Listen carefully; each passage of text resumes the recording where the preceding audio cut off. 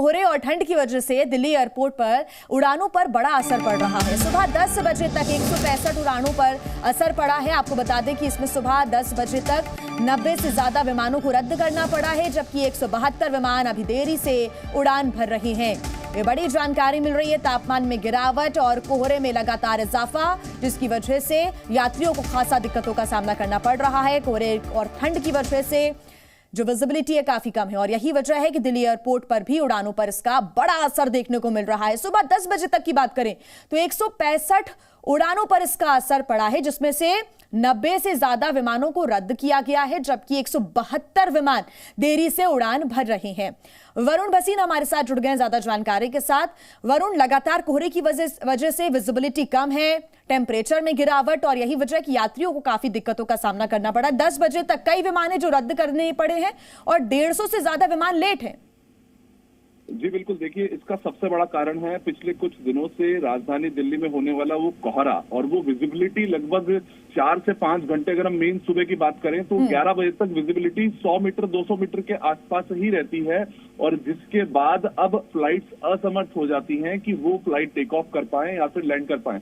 बहुत से रनवेज हैं, 4 रनवे हैं दिल्ली में, लेकिन अभी भी ये स्पष्टता मिनिस्ट्री की तरफ से या फिर एयरपोर्ट की तरफ से नहीं आ पाई है कि कितने इसमें योग्य हैं कि वो लो विजिबिलिटी यानी कि 0 विजिबिलिटी में भी लैंड कर सकते हैं और उड़ सकते हैं। और यही सबसे बड़ा इस वक्त कारण है जो दिल्ली में वो एक तरीके से जिस तरीके से कतार लगी हुई है फ्लाइट्स की, उड़ने के लिए तैयार है, लैंड होने का इंतजार हो रहा है, इधर उधर डाइवर्ट किया जा रहा है, लेकिन लगातार वो लो विजिबिलिटी में लैंड नहीं कर सकते हैं। कभी कभी फ्लाइट्स जो है वो असमर्थ होती है और उसके कारण अब अपनी ही फ्लाइट्स के अंदर लैंड करने की अगर हम बात छोड़ दें कि लो विजिबिलिटी में लैंड नहीं कर सकती हैं, लेकिन उड़ानों की अगर हम बात करें तो उड्डयन मंत्री ज्योतिरादित्य सिंधिया ने एक बार संसद भवन के अंदर ये बात कही थी कि जो पूरा टाइम टेबल है वो कोहरे के अनुसार भी बनाया जाता है और विंटर के हिसाब से बनाया जाता है।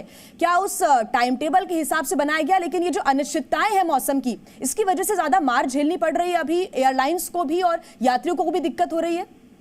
जी बिल्कुल, ये आंकड़े अपने आप बता रहे हैं। जो शनिवार को फ्लाइट्स हमने देखा लेट होती हैं, डाइवर्ट होती हैं और वही फ्लाइट्स, देखिए फ्लाइट्स कभी ग्राउंड नहीं होती है, यानी कि उनको लगातार दूसरा अपना जो यात्रा होती है वो शुरू करनी होती है, लेकिन वो पहली यात्रा जब खत्म नहीं हो पाती है तो दूसरी यात्रा शुरू ना हो पाना ही इसका सबसे बड़ा कारण है, जिसके कारण एक फ्लाइट दूसरी फ्लाइट को लेट करती है और उसी के कारण पूरा स्केड्यूल। बिल्कुल वरुण, और अगर हम IMD के अनुसार देखें तो यहाँ पर कुछ दिन ऐसे ही बने रह सकते हैं और अगर लोग यात्रा पर कहीं जाने का प्लान कर रहे हैं तो वो एक बार पहले तमाम जो मौसम के रुख है उसको एक बार देख लें और उसके बाद अपने यात्रा को प्लान करें। बहुत शुक्रिया वरुण आपका तमाम जानकारी के लिए। Zee News।